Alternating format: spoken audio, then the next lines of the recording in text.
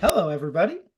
Welcome to the Interjections podcast, where we discuss movies from the 90s. We subtitled The Undiscovered Decade so that we could highlight the films once we realized that was a good idea, to highlight the films that we think are undersung or kind of have been lost to time.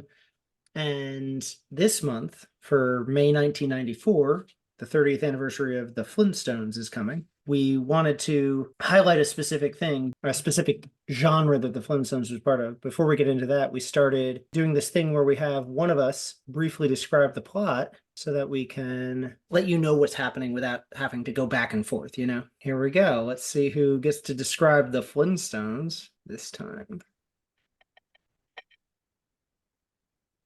Hey, it's me. Hey, it's you, buddy. Right. You're the All winner. right. You're the lucky guy. So You're the odds are, because Cory's not gone yet this year, he is definitely going next year, next month. Okay, so you all know the Flintstones. It's a cartoon from the 1960s that highlighted blue collar life. Blue collar, buddy. Blue collar, yeah. I always mix those up. Or in this case, Jetsons was collar. white. Yeah, Jetsons was white collar. white collar. Literally, Flintstones was yeah. blue collar. And it's also sort of cribbing from The Honeymooners, an even earlier sitcom that was live action that highlighted a couple of blue collar friends. It follows Fred Flintstone, hence the title, and Barney Rubble, and they work at this mining pit and Stone Quarry. Yeah, Stone Quarry. And in this particular episode, which is the live action film, there's a nefarious executive played by Kyle MacLachlan who wants to utilize the system to benefit himself. It's not really clear exactly what he wants. You know, as executives do.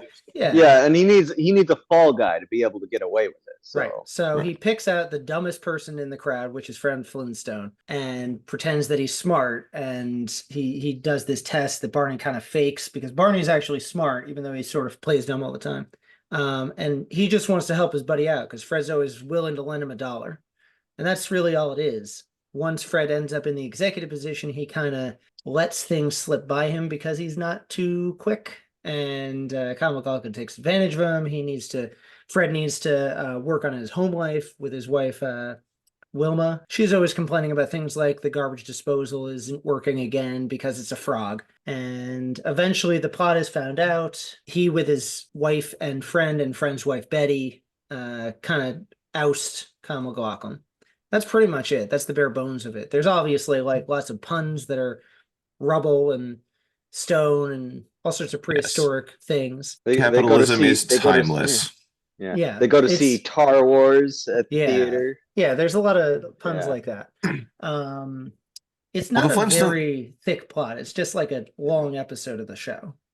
It's interesting that you say that because did any of it actually happen? Because it opens with them going to the drive-in movie theater. Oh. Then the whole story plays, and then they leave the movie theater for a full reenactment of the cartoon title. So it's like none of them were in any real danger at all. That just blew my mind. I didn't realize it was a movie. It's a movie within a movie. That is why this is a hidden gem. I have not seen this since I was 6 years old, so a lot more came to light. So had you three seen this when you were kids? Because I had not. I did. I didn't see it in the theater. I saw when it came to video. Yeah, I'm a bit hazy when exactly I saw it. So like, but you saw it as a kid, so yeah, between 7 and 14. Like, I either saw it early or I saw it late. Yeah, but you saw it well before me. I saw it this month. I don't think I ever saw it actually as a movie. I think I just saw a lot of the McDonald's commercials as a kid. Sorry, the Rock Donald's commercials and strung them together in my brain as a movie. Mm-hmm. This like hook, I had a lot of the trading cards. So I had a lot of images in my head from childhood, but I didn't know the plot. Like I didn't know who Kyle MacLachlan was until I was a teenager because I obviously wasn't seeing Twin Peaks at age 6. And I didn't know Blue Velvet or Dune or anything else he'd really done. And he fell off after this because he does Showgirls and kind of loses his career for a little while.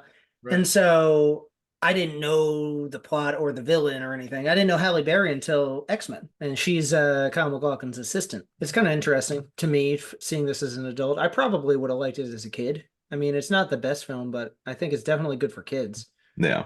I do think it's I don't know that interesting. it is. You don't think so? The plot's a little too adult oriented, where kids wouldn't even know what like embezzling is. Right. I don't think they care But about you know it's a kids. bad guy. I don't Or Right. a bad think they thing. cared about in a very bad adoption situation. subplot either. Yeah. That I might was be I was a weird kid. I would have liked this plot. I that might would've be known what was happening. why that might be Yeah. why I never went to see it, because my parents were just like, oh, so it's from a cartoon, but they're dealing with like capitalist villains and things, Feel like and it's corporate just like espionage? corporate espionage. And but you know, the kids would have been like, oh my god, it's a dinosaur. Bright colors, yeah. the Yeah, sink pretty is- much. The sink is talking. Ha! That's what they think will happen, sure.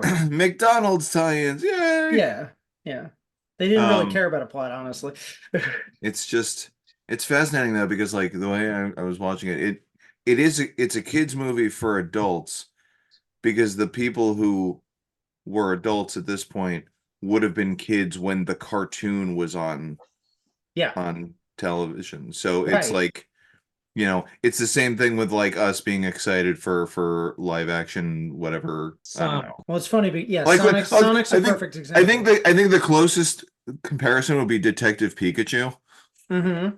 based on a cartoon, a more adult like plot in a live action movie made for the kids who grew up on that and are adults now. And it's just Well, It's Which it's you and I saw 5 years ago yesterday. this movie is a Spielberg film produced Yes. by Yeah. Pure Rock. yeah. yeah, it's a Yeah, So Spielberg. like in a The- way, you could always chalk it up to like it's in the same vein as like something like The Goonies. It's a adventure family film with like Yikes. adult innuendos. The pun and the pendulum. But also they're like with The Goonies it involves like the pendulum. preteen kids. So like they're hitting puberty. So like they make those sly jokes. One of the reasons I wanted to cover this movie actually was, to Jeff's point, the nostalgia factor. Because like we now are having nostalgia for the 90s and somewhat the early 2000s. They were having nostalgia for the 60s, which was their childhood. So you get the Brady Bunch movie later this year or next year. I think it's next year. Something like that. And they do a bunch of TV show adaptations around now. They never did a Jetsons movie. I think the time love is to ripe. see a live action Jetsons movie. I think the time is Except for the fact that Seth MacFarlane owns the rights now. So what? oh, you didn't? Yeah, this was a whole thing a couple of years ago. He bought the rights to most of Hanna-Barbera's library. Yeah, I remember that. So that he could do a Jetsons reboot, and then Okay. he's been stuck doing Family Guy for 25 years, so he hasn't really gotten around to And it. his fake Star Trek that turned into his own thing. Well, for this, John Goodman was in a meeting with Spielberg and some executives, and Spielberg pointed out, "Oh, we have our Fred Flintstone," without even auditioning him or asking him if he wanted to do it. He's just like, "Please don't just look at me and think Fred Flintstone." But he's kind of perfect casting. Like he fits the mold right. He can perform it well. I don't want to begrudge him other performances he has. Though he misses Hudsucker Proxy because of this. Like he had a run of Coen Brothers movies and then does Flintstones. Which is, in a way, like its own Coen Brothers movie. If you really look deep enough. It is the Hudsucker Proxy. Coen Brothers movie. No, I'm trying to think of like This is the same plot. Yeah, you're right. I think of all the performers, I think weirdly enough, Rosie O'Donnell has Betty's laugh down. Uh-huh. That's kind of how she got the part. She went in and did the laugh, and they're like, I guess we can't give it to anyone else. Yeah. I actually liked her in this. I've found that as an adult, I've liked her better than I thought I did as a kid. I thought she was a little grating, but she's kind of charming in some of her roles, like A League of Their Own. See, I had the reverse experience of what most people would see after seeing this movie, because I saw Wilma come up and was like, hey, it's the woman from Weeds. Oh, right. No, Yeah, she was good. I think all four were good for what Yeah. they're given. Like, obviously, this is the Flintstones. Yeah, they're all they on the were- same page. is Talk what about I'm nostalgia. thinking. They have cameos from like Elizabeth Taylor and Jonathan Winters, and they act like they're paneling for Johnny Carson. Yeah.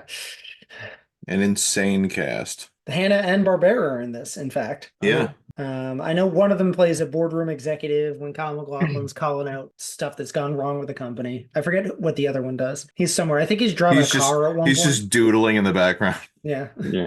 We didn't talk about Rick Moranis though yet. And I think he's my favorite performer of the 4 main leads, you know. I've also grown to like everything he's sort of done. Like he doesn't have that long of a filmography because he took off to take care of his kids when his wife passed away in 1991. So he only had a few more films left after she passed away. But he's given his all in everything I've seen him do. No, he's underrated as a performer. Yeah. I also like Barney the best of the cartoon, so maybe that's a little biased. He has the heartfelt best friend thing down. Because like I swear I almost shed a tear in this movie. It opens with he owns Fred lent them a bunch of money just to help out his friend. And then there's a sequence at a bowling alley later where Barney like reads off this whole like love poem dedicated to his best friend where he swears he's gonna pay him back someday. And that's why when they take the test, he's like, that's his moment, and he switches the test because he knows he got a great score. He knows Fred probably didn't get a great score. Mm-hmm. We also get an origin story for Bam Bam. Yeah. That's the worst part of the movie. Yeah, I completely forgot about that. Yeah. That's why neither of the kids did anything after this. Didn't necessarily need that, but they always had the kids on the show, so I guess they had to do something with the 2 of them. It had to. Well, the puns in this sometimes work, sometimes they don't. First, it starts off with a Steven Spielberg production. Yeah. How's that even? That's not even a pun. Puts that right in your. Well, Berg is the Steven Iceberg. Grasping it. Some of the jokes even don't make sense in the internal logic of the world. Like, there's one part where there's a flight attendant. She's like, and in about 15,000 years, that's going to be the Grand Canyon. I'm like, what? Do you have a crystal ball? Like, how do you know that? This was the way I look at it. This was the comedy version of Jurassic Park. Yeah. Like he had just gotten off of doing like this whole big like. He's probably just like, let's do Schindler's List and Jurassic Park. Yeah, he's like, let's do something fun, and we're gonna throw in that's what the cartoon was known for, was the puns and everything. And like, you can't cram a laugh track into a feature-length movie. You're gonna throw as many as you can. Plus, in a way, it's like making fun of itself because like a lot of the Flintstones is like it's making fun of like prehistoric times, but it's wildly scientifically inaccurate. And they're a modern Stone Age family. So you kind of have to take those jokes as is, like because like grain of salt, right? It's kind of a rock. I was avoiding that for once. The pterodactyl bit was actually kind of underrated because in the beginning they're using it as an airplane. They've tamed it. They're flying commercially with it, and then later on, there's a rogue pterodactyl that's just flying around. You just see the shadow. Everyone is screaming because there's a rogue airplane about. And then just a massive fountain of shit falls on someone's car. Oh, I forgot about that. Like that was... Yeah. That's what they were afraid of. They weren't afraid of getting eaten. They were afraid of... Oh no, the shitbird's flying by again. Getting Dave Matthews banded. Yeah. Right, exactly. Yeah. I love how like in the movie they established like the world population is like 9,000. Mm-hmm. Yeah. So everybody but like knows each other essentially. Or they say something where Fred responds with, "Wow, is the Earth flat? Like, come on." Yeah. So it's cute in that way. Like they understood the assignment. I'm so sorry that Cory's eyes are glazing over at every point that we're bringing up. It's 2 good guys in a bad situation. Hey, there it is. I didn't care for it as a kid, and it's only gotten worse with age. Yeah. This isn't a film that's up your alley. It's because the kid inside Jurassic Park reference. The kid inside Cory's heart died years ago. Oh, he's been buried in little. And no Pet Cemetery is going to bring him back. No, it's weird because you brought up the Brady Bunch movie. That had a satirical angle. Yes. About the Brady Bunch. I feel like if they had done that with the Flintstones, I would have liked it better. But they just did a straight adaptation for the most part. Right. Well, the thing with the Brady Bunch movie was it was live action already. So like it was just a longer extended episode.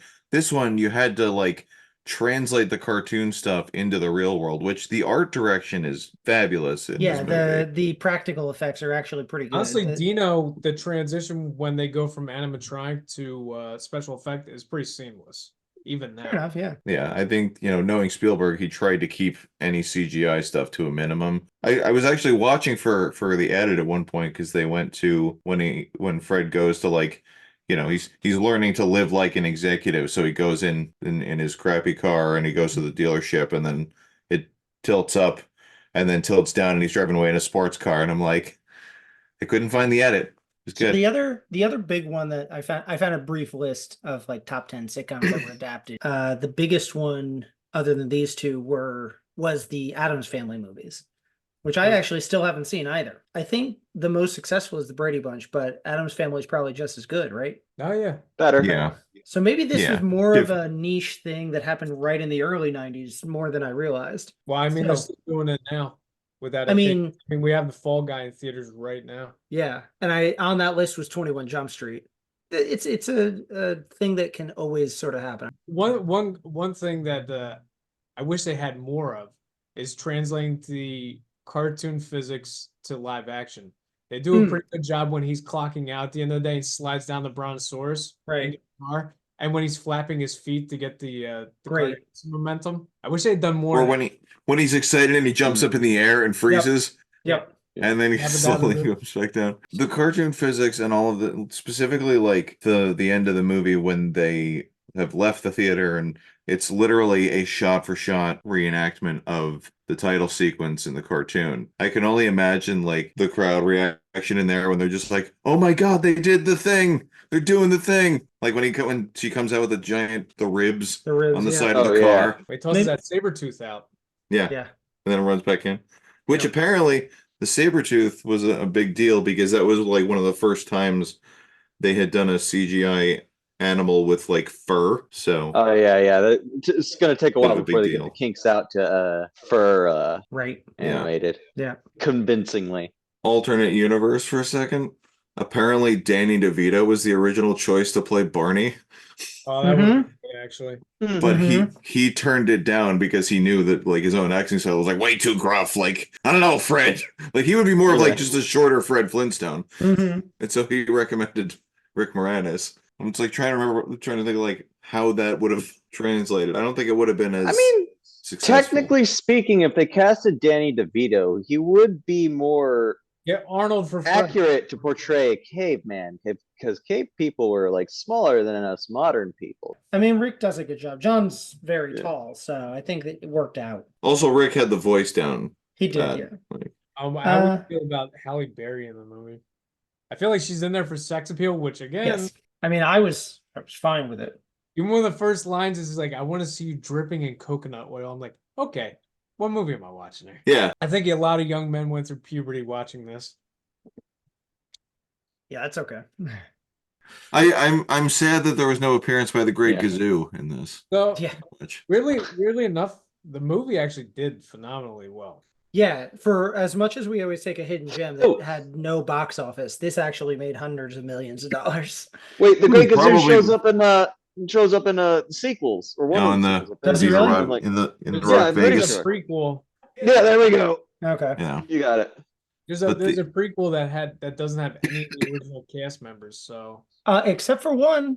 It was Rock Vegas. Erwin Keyes showed up again as Joe Rockhead. You remember Joe Rockhead?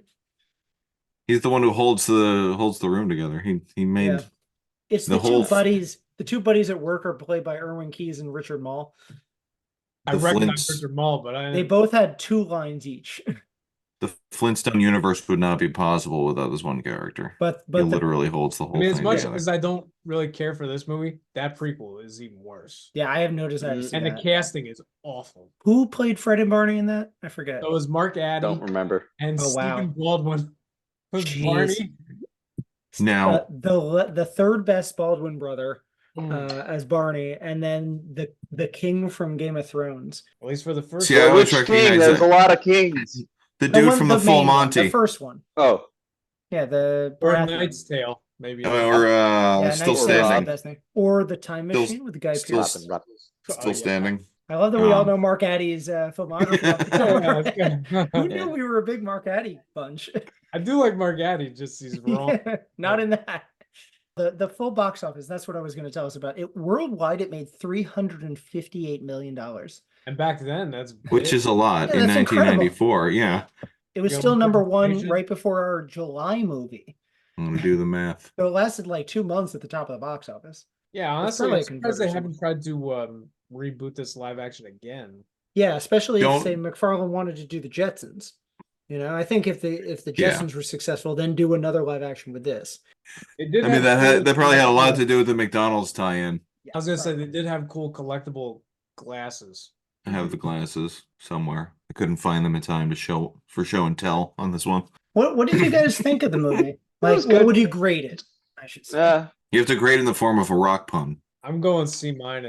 Production value is dazzling, but the script is unforgivably lowbrow and also way too overwritten for something like this. It's fun, Cory. You don't like I had fun. no fun watching this. How many times have we said that to Cory? So mean. Well, I'll personally go and give it a solid B because it would make for a good B movie. Ah. Mm. That's later with Jerry Seinfeld. I'm thinking I'm gonna give it a B- because I like the charm of it. I am satisfied with what it is. It's not trying too hard, but like Jeff says, the aesthetics are phenomenal. I think the practical effects save the movie from being dull, like dull as a rock. I don't know. I didn't really try. I do think the performers were cast well, and yet Cory's right about the script. It's a bad sitcom plot that's been done before. I don't know if it's even been done in one of the episodes of the Flintstones. It came from a sitcom. Yeah, I'm not saying it's a bad thing. Yeah, but when you gotta expand things to feature length, it's What do you want to see? Like a gritty Flintstones? Actually, but actually, Well, now they- that you said it. well, they kind of touched on that with like there was an adoption plot that didn't go anywhere other than Well, it was yeah. a plot device for. Well, it did go somewhere just because they needed Bam Bam to do that thing at the end. See, so there was a payoff. Mm-hmm. I don't know, A-. A-. I had more fun watching this movie than I thought I would have. Me too, for sure. I was worried it was going to be real bad. It was literally just like it was exactly what it was supposed to be, which was a cartoon with real people, and one of the most creatively, you think of the Flintstones cartoon, you think, oh, it's just cavemen and like all of the art stuff that goes into that. And the fact that they translated that well, they translated the cartoon physics, and it was like, yeah, it was long and drawn out in a more adult plot, but what else are they going to do for 90 minutes? So I don't know. I liked it. Mm-hmm. It wasn't expecting anything deep. It was actually a lot deeper than I thought it would go. Yeah, honestly, But they dug a good mine. they didn't. Yeah. They excavated some good material. No, I liked it a lot more than I thought it would. I'm glad we watched it because while there were decent movies this month, I think they were all more popular in hindsight. Like we still talk about some of these 30 years later, the ones that Cory might bring up. Oh yeah. So I'll go from 5 to 1 this time. I don't remember how I've been ranking these things. Also, You did it once, 1 to 5. Every other time it's 5 to 1. There's one more thing that we just need to touch on. This was Elizabeth Taylor's final film. Mm-hmm. So pour one out for the dame. Even when I was a kid, I didn't know who the hell Elizabeth Taylor was. So that joke was lost on me. Yeah, I didn't. Mm. Anyway, sorry. There you sir. All right, Never apologize for an interjection. Oh yeah, that's the name of the show. Yeah, that's what we do. It's part of the game. We get points Guys, for this. Remember, we counted up at the end of the year. He said See the who levels thing. up. He said the thing. So Moving on. weirdly enough, my number 5 belated sequel is coming out in 2 months from now. And my number 5 is Beverly Hills Cop 3. Oh. Which is the nadir of the franchise right now. Unless one really disappoints. Yeah. I hope not. But this actually reteamed Eddie with John Landis, who they had a falling out after coming to America. And this was the olive branch that Eddie gave to John Landis. And I think he was sabotaging him in a way because not only is the plot stupid, it's about Axel Foley looking for a murderer in a amusement park, but Eddie doesn't even try to be funny in this. Like I remember hearing stories that Eddie was in his serious phase of his career. Is he stone So serious? Axel Foley's supposed to be stoic and he's supposed to be adult in this. Like It's he grew up. That's not what you Alright. need from Axel Foley. No. You want him to be a scamp. Then you're kind of doing 48 Hours a little bit, right? Or was he funny in 48 Hours too? No, he's funny in 40 hours. Yeah, This so- is just I heard he wanted to emulate what Denzel was doing with his career. Yeah, That's not his niche. Yeah, no, not at all. I mean, Eddie can go a good dramatic performance, but not in Beverly Hills Cop. Yeah, try something new, like Dreamgirls. Right. So yeah, this was awful.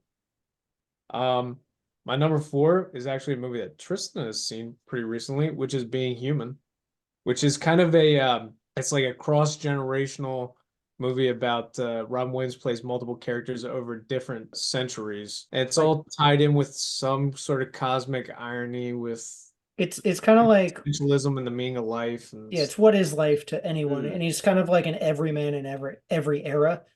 Like first he's a caveman, so there's no speaking. Then he's a conquistador. Oh, first he's a Roman slave, and he's sentenced to death because his master is sentenced to death. And that's sort of like what it's like in the final sequence where he's a real estate agent and he's just stuck with corporations. And he's like, what am I doing with my life in every sequence? And the point of life is the love that you have along the way, which is as simple as it gets. But this was a notorious bomb and it ruined the director's career. And I want to say on record that I actually think he did a good job trying to get that message across, because I don't know, he's been on record saying he felt like that he failed doing it, but I think it's good. I just think the execution is a little ponderous at times. Sure. Number 3 is Maverick. Talking about big screen adaptation. There's another one. Yeah. That's what I was trying to think of, yeah. And it's actually Mel Gibson's playing the James Garner role from the TV show, and James Garner is actually in the movie. It's a Western comedy, action comedy, with Mel re-teaming with his Lethal Weapon director, Richard Donner. It's quaint. It's not that funny. It's a little bloated. I remember liking it more as a kid. It hasn't aged as well. Did you rewatch it for this? I rewatched it like 2 years ago, so yeah, it's pretty vivid in my memory. I've seen scenes and I liked it, so I think I'll like it enough, but I wasn't sure if this would be a good choice for our podcast either, because no one thinks about Maverick anymore, even less than Flintstones. It did well when Flintstones. it came out. Right, so that's why I thought not to. Number 2, and I begrudgingly watched this, but I actually ended up liking it, was Crooklyn, which is a semi-autobiographical movie by Spike Lee. It's basically about just one summer in the lives of this family in Brooklyn, and the father's played by Delroy Lindo. He's a struggling pianist, and the mother's played by Alfre Woodard. And it's just a slice of life movie, but it's delightful. There's one part that's very weird where the one daughter gets sent to live with relatives. The aspect ratio changes to stretch, almost like pan and scan, for the whole sequence, inexplicably, and it's distracting. I wonder what he's doing something experimental and avant-garde with it. And I wonder if it's a metaphor for feeling like out of touch or something. Or he's trying to make it like a sitcom. It didn't work for me, that part. Now, this was my other choice for what we could have done for the episode this month. Do you think this would have been more interesting for us to discuss? Since I don't think any of us had seen it. Also, I don't think we've ever covered Spike Lee. So this right. This would have been a good primer for that. Damn. Yeah, because the next few movies he does are more popular. Like, I don't know if we're going to cover Girl 6. Maybe we cover Clockers. Clockers would be good, yeah. My number 1 movie, actually, again, getting a remake later this year, The Crow. Ah, yes. Yeah, I saw a trailer for it. The remake clearly is never going to recapture that magic of the first movie, and partially because you just can't. That movie has a undercurrent of tragedy to it, on screen and off screen, because of Brandon Lee's death. So it's kind of a lightning in a bottle type movie. You're never going to be able to get that back. There's another rumor that you heard all through middle school that he was the shot of him dying is actually in the film. Right. No one wants to admit if that's true or not. Yeah, and when you watch the movie, if you didn't know the behind the scenes turmoil, you couldn't tell watching it. There's a couple of scenes where apparently they use doubles, but it's seamless. It doesn't make the end product piecemeal. And talk about the brooding atmosphere and art production is fantastic. Alex Proyas in the 90s was really hitting his stride between this and Dark City. Oh, I forgot about Dark City. Yeah, there's a cult classic for you. Yeah, and rewatching it just reinforced that we definitely got a talent was taken away from us way too early. Yeah.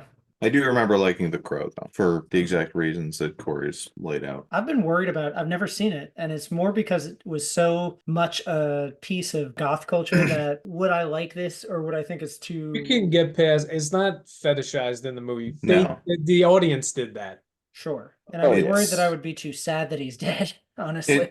It felt more like, before I watched it, it felt more like it would be like The Ring, where like this movie's cursed, and if you watch Right. it, like you will be cursed, and that wasn't the case. And I think just for the sheer, because it's an adaptation of a graphic novel, so like it's just another comic book movie that happens to have this tragic backstory, but it's very well done. Yeah, it is a comic book movie.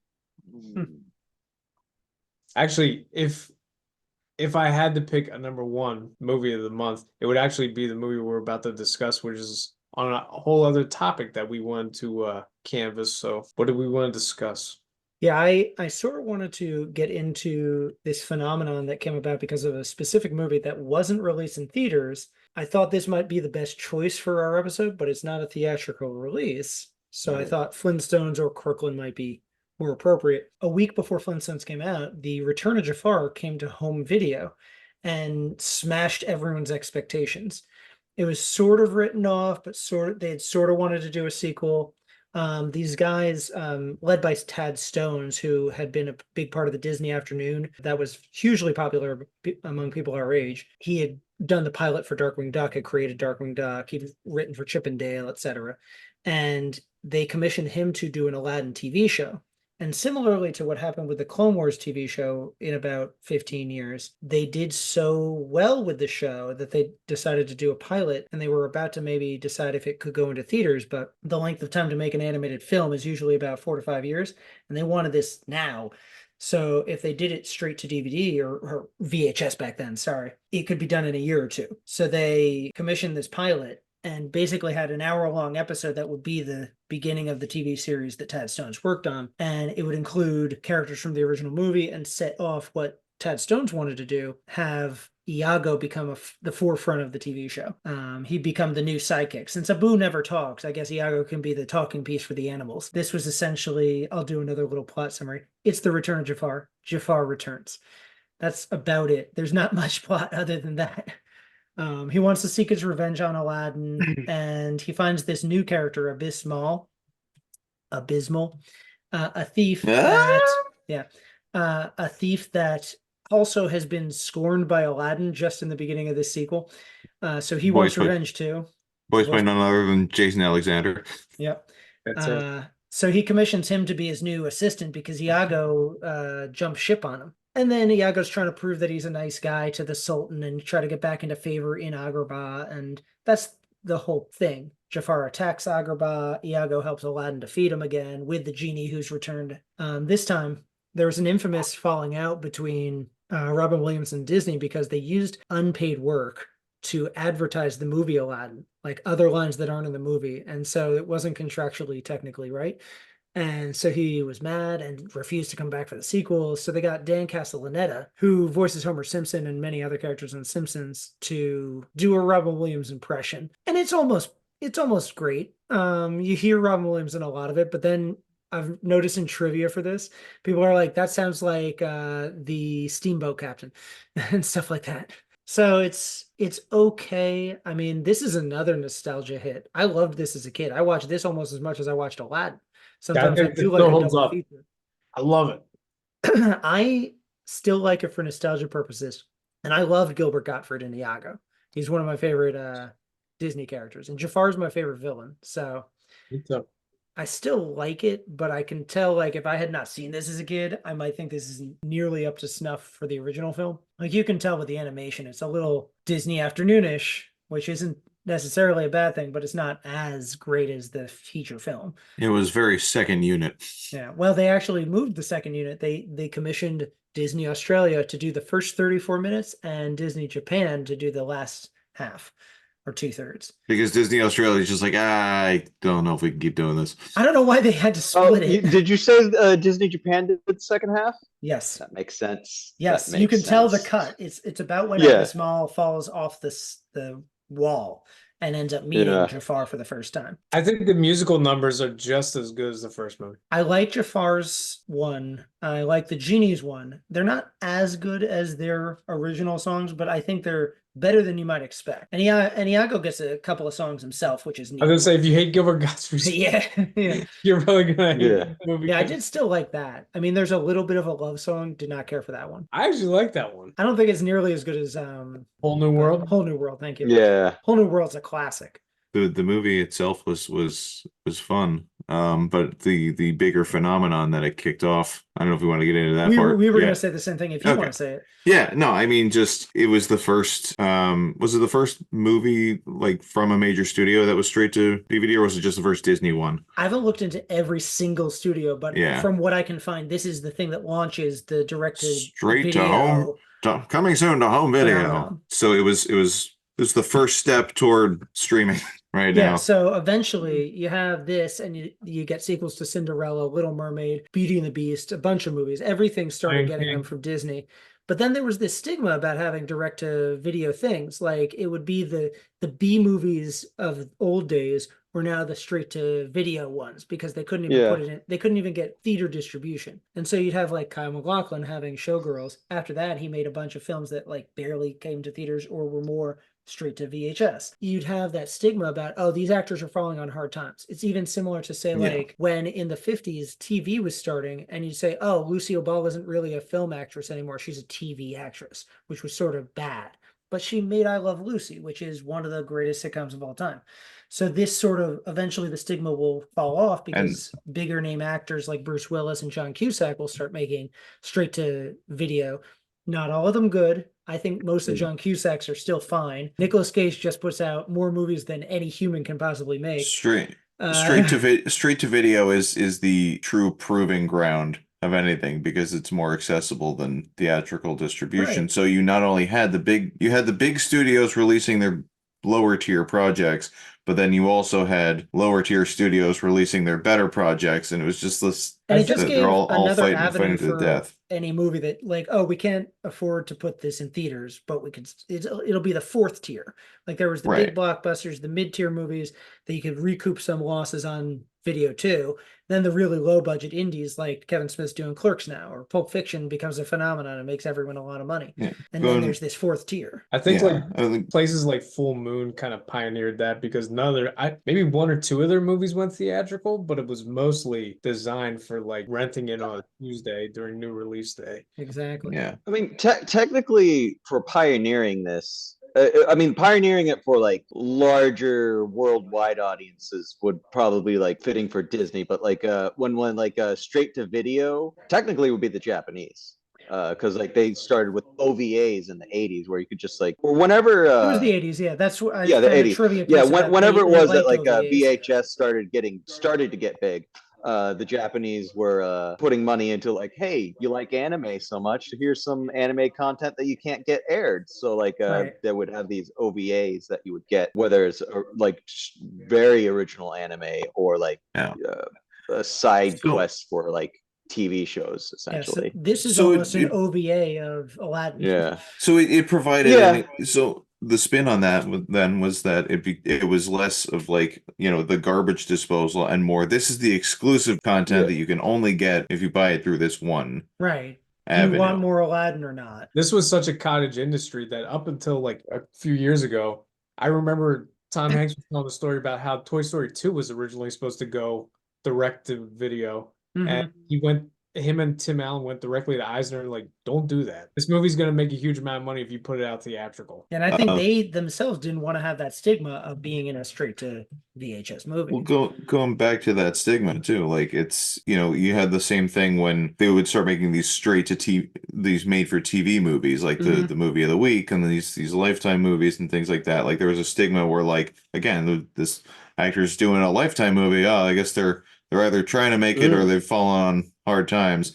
They'll and take now anything. It's the same thing now where a TV movie is now a streaming service original and everyone loves it. Yeah. And it's like you crave to be in a Netflix show now. Yeah. Even though that's literally its home distribution as an industry. Yeah, those have definitely replaced those mid-tier movies because they are ones they think won't recoup anything because DVDs don't really sell anymore. Yeah, they're taking all physical media out. So now the thing is to have it on Netflix or Amazon or Hulu or whatnot.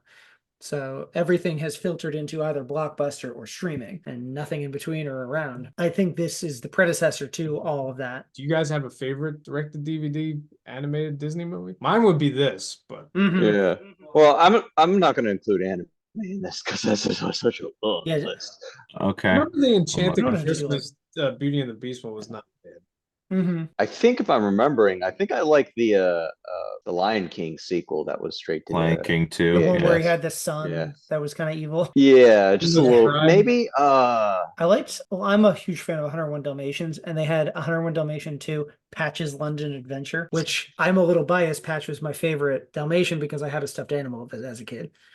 I liked that they made a movie surrounding my favorite Dalmatian, and it was actually decently done. It's like it's actually very similar to Homeward Bound 2, just set in London. He gets separated from the entire family and just has to find his way home. So it's basically Homeward Bound within the world of 101 Dalmatians. That's pretty good. That's very interesting. Holy cow! They made Fox and the Hound 2. Yes. That's horrifying. Why would you put yourself through that a second time? Yeah, it's their kids. Oh no! They both have like doppelganger kids. Hey, there's Bambi too. When did they have time? Yeah. Not the mother again. Yeah. No, their father shows up. That's the stupidest thing. He's like an orphan, and the father's like, "Where's my wife?" Did you not see the first on a movie? fishing trip for so long. I'm back. I was gone for a while. The but dad's now I'm like, home. "Have you?" It's true, boy. and it's voiced by Patrick Stewart. Where's my wife? Oh man. Yeah, some of them are a little ridiculous. I do like, speaking of the Lion King sequel, there was a good one where it's Timon and Pumbaa because they had their own TV show. Yeah. They did like a Rosencrantz and Guildenstern are dead, but in Lion King, since they were the Rosencrantz and Guildenstern, if you call Lion King Hamlet. So it's kind of like the entire first movie, but from their perspective. Like Right. They're at the lifting Simba. They're there when the wildebeest stampede starts, and then Simba finds them off in the distance. Are we sticking just to animation, or does it have to be like any? I thought just those, but we're not like doing a picks of the month here. I just wanted to see what you Yeah, guys. that's just true. overall. Have a fun discussion about. I don't know, man. Inspector Gadget 2 left a lot more questions than answers, but it was enjoyable. Didn't Jason Alexander replace Matthew Broderick in that? No, it was French Stewart. French Stewart. French Stewart, yeah. Another sitcom actor. Yeah. But not like the first one was any good, but that's another one that's adapted from a cartoon into a live action thing.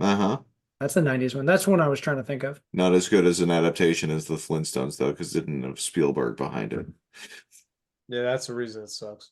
I'm trying to think of any other straight to VHS that weren't Disney, but I think the running gag is that the movie that's had the most directed DVD sequels is Land Before Time. Oh, but Air Bud has been rivaling it. You know what I mean? Air Bud has 13 sequels too. Yeah, Air Bud. Spin-offs. That's like buddies movies. Sure. Now we need the buddies. Now we need the ultimate crossover where it's Air Bud meets Littlefoot. The Land Before Buddies. The Buddy Before Time. Did they make All Dogs Go to Heaven too? There's a 2. Yeah, it's not bad. Because I'm a big All fan Cats of Go to one. Hell. Was there a Rockadoodle too? I can't remember. No, you don't need to worry about that. Good. My heart can't take. There was an animated series of All Dogs Could Go to Heaven. It was him and Itchy getting into ghost adventures rather than like taking care of orphans. That's somehow more horrifying. Ruh-roh. So that brings us to Poster Boy. So here we go. There's a dog in this movie. Here's the poster. There's a little bit of a bit before we get into it. This is more of a hint than anything else. Ooh, it's a blank page. Sure a writer's worst fear. There you go. That should help you later. Okay. So wait, I think all right, okay. So it's a white brick wall with a couple standing in front of it. He's facing forward. She's kissing his cheek. Above them is a dog with a white paint roller in his hand. Clearly, the dog just did all the work. You mean his mouth? They're just in his mouth. What did I say? Hand? Dog. Hand, yeah, you said hand. Well, the mouth is a dog's hand. So, you know. Puppet. Well, the dog's equivalent of hand, yes. Okay, you're not wrong. It's triumphant. That's corrected, Jeff. You're right. So there's a paint roller in the dog's mouth. Clearly, the dog just did all the work, and they're just gloating about it. So, yeah, this looks like What's he also done to them? He's tried whiting them out. And then did not realize the paint is going over them. Mm-hmm. So the dog's Yeah, trying to get rid of I didn't Photoshop that. those people. No, that's just I thought that would be like where the title was. Yeah, So the title's more to his left. good. This is an allegory about whitewashing. It could be. So They're- first, I they're- wanted to see if you could tell who they are. I mean, think of famous comedians. I want to say comedians. Okay, see, I was going to say this dude looks like Patrick Swayze, but that I kind of gave you that it's a comedy. That crazy dog does not seem like it would be. Angry Wishbone. Is it Emilio Estevez? Oh, Wishbone! I miss Wishbone. Oh, that's a good guess with the hair. Yeah, I mean, I'm trying to go off of the hair. Emilio I left the Estevez, bangs. no. Fuck, what was his name? Dana Carvey. Nice. Ooh. Is it Dana Carvey? It is. All Good job. So you got points for that. I don't know that you'll get her, but she was in one of our big movies from '92. Was it just Basinger? Hot Shots Part 2. Yeah, I'm not gonna remember. I'm terrible with names. Yeah, she's the actress from Hot Shots Part 2. Right. I'm happy you got Dana Carvey, so which I barely remember. Yeah. Anyways, is Valerie Valerie? no. Oh yeah, no, would not have. So. Oh yeah. So, but you got Dana Carvey. That's all I really wanted. I didn't think you'd remember Galino's name. No. But maybe you would have been like, oh, the one from Hot Shots. Right. The one who was also in Morning Show. Yes. But yeah. That's where I knew it from. But anyway. Yeah. Cool. All right. So Dana Carvey and Valeria Galino are just chilling in front of this wall. Okay. Yeah, so what I'm do you gonna think guess. The plot is? I'm gonna guess he adopted this dog. The dog hates him and is trying to erase his life. He does not. The dog is not a fan of Dana Carvey's relationship with this woman. That's a better plot, isn't it? And he's doing whatever he can to make sure. I don't know. I lost it. If I remember the plot, that's not it. But okay. Then he's a wealthy executive who develops. I have no idea. Yeah, this isn't going to give you the plot. This is not. Why don't you come up with building a wall? Or why don't you tell him the actual plot, and then I want to see if you can come up with a catchphrase to the actual plot. Okay. Well, first of all, that totally misrepresents the dog because the dog's nearsighted, so I don't even know if he'd know how to paint in the movie. Keep running in the doors. That's like a sight gag in the movie. Okay. Sight gag. So this is almost like a comedic version of Memento. Huh. Dana Carvey plays a detective, a PI, whose memory resets every night. Huh. Gotta leave himself notes. And he's in the middle of some big city scandal. And she's the femme fatale. Interesting.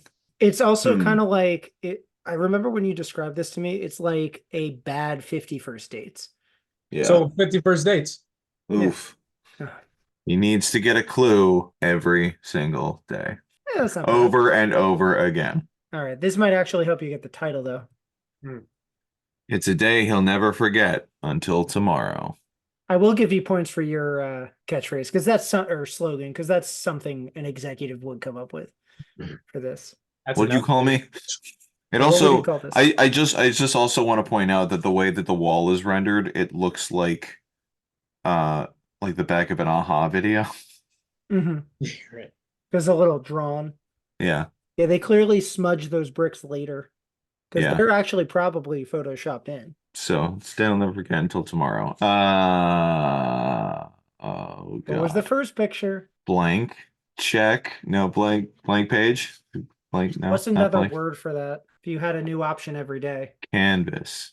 No. Open schedule. Open. Yeah, I don't know. Blank page, blank schedule, blank something. Blank man. No. It's not blank man. No. Maybe I threw you off a little bit with that page, but you did. Why don't you just think of the plot and see if you can come up with a title for what you would if I clean slate. Clean slate. Hey, yeah. Hey. I'm impressed. I was worried Jimmy was feeding me signals. I was getting lost. I was telepathically communicating with them. Yeah, I thought you were getting tricky and try to do the Latin and be like, I was not seeing the forest for the trees. Mm-hmm. But it's not good, right, Cory? No. Yeah. Well, It's in Cory also didn't think that the Flintstones was good, so I feel like all right, we you know probably what? disagree Watch on for that. yourself. You tell me. Okay. That'll never happen, but okay. Yeah. I'll just add it to the list. We discussed beforehand what we were thinking about doing for picks of the month, and I think we all sort of agreed that Rick Moranis is the MVP of this movie, and a lot of other movies that he's a part of. So we figured we would do picks of the month for Rick Moranis. Yeah. I'm going with Little Shop of Horrors. You still Ah, I knew somebody else was going to say it, so I had. it's okay. No, that's fine. That's fine. Favorite things. Hang on. Yeah. I did not He made prepare. a lot of big movies. I talked about this 2 hours ago. I'm gonna have to go with Spaceballs, probably. Ooh, stealing Jimmy's. Yeah. No. Actually, He's no, got you'd be nothing. surprised. Oh, Yeah. So I am notorious for not being a sports fan whatsoever. oh, I love Little Giants. Wow. all right. Yeah, that was a good Cool. movie. I love it. Good. So Honey, I Shrunk the Kids is available. Mhm. Hey, there you go. Yeah. There's I no mean- shortage of really good Rick Moranis movies. Yeah, I mean, Is there's none of these are bad. Like those are 4 of the biggest movies he made, but we didn't even discuss the 2 Ghostbusters movies. Ghostbusters. It's I also like Honey, I Blew Up the Kid, which is why I Yeah. like that. Honey, I Blew Up the Kid was also a close Yeah. second One of because I Tristan's remember favorites. loving Yeah. that movie. Brother None Bear. of his movies disappoints, honestly. Yeah, the last things he did were Brother Bear and Brother Bear 2, which I feel like he was contractually obligated to. Because Hey, come on, pal. what's his name is with him in it? Dave Thomas. Dave Thomas, yeah. Which is fine. They're the best part of that movie. Stop it. But yeah, speaking of them, there's Strange Brew, which if you've never seen Really is good. a great introduction to him. Brewster's Millions, Club Paradise. Street of Fire is really good. Yeah, Streets of Fire is good. Parenthood.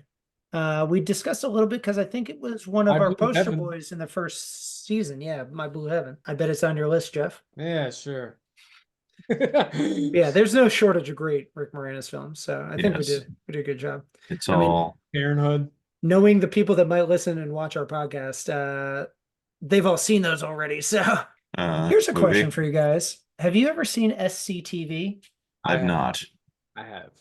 Yeah, I want to see it. I've never. It says so. Strange Brew is technically a spinoff of SCTV. Okay. They played those characters.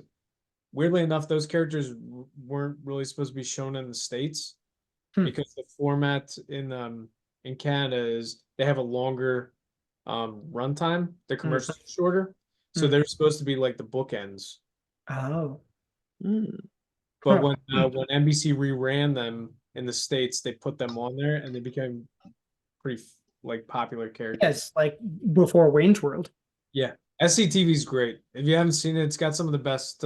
It's got some of the best like material from like John Candy, Martin Short, all those like Canadian-based comedians. Yeah, that's kind of why I want to check it out because it's like Second City, but actually Yeah. on TV. And Second City became SNL, et cetera, et cetera.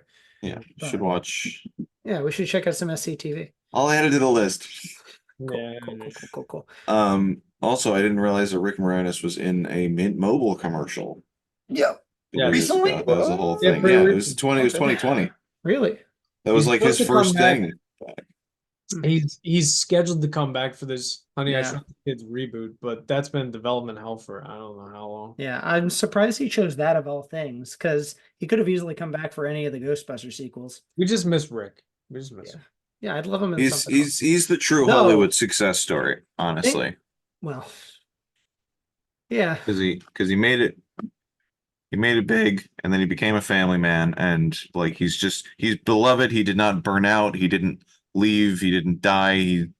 From like while he was at his peak, like One he of the few just performers that leaves us the one- man. yeah, he loses wanting more because he didn't keep going too. Right. Like that's Yeah. the thing I'd worry about. If he was making bad movies now, Yeah, he was just taking a paycheck, and he liked That's- doing it even if it wasn't great. Yeah. Yeah.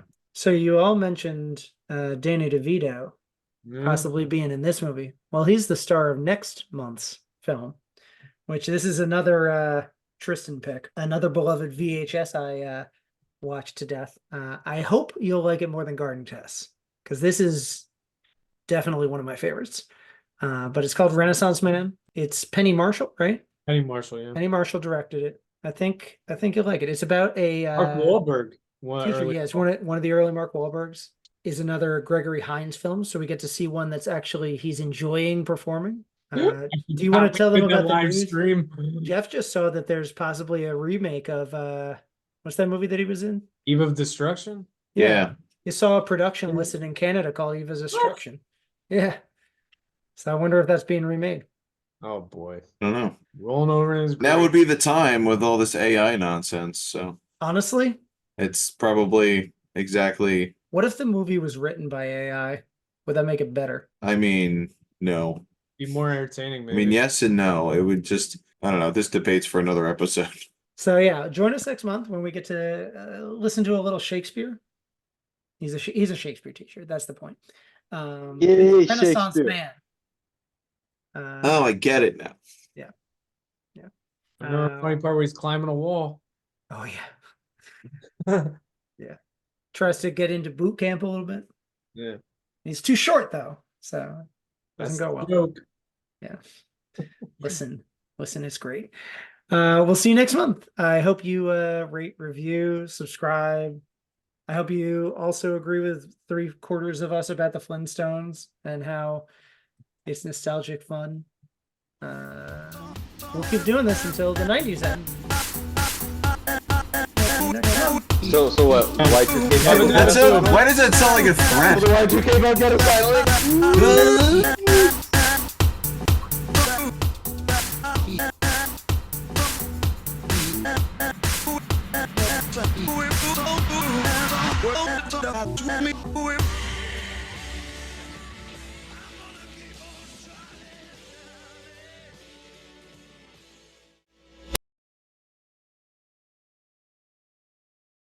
Isn't that the menorah effect when you think that one character was Jewish?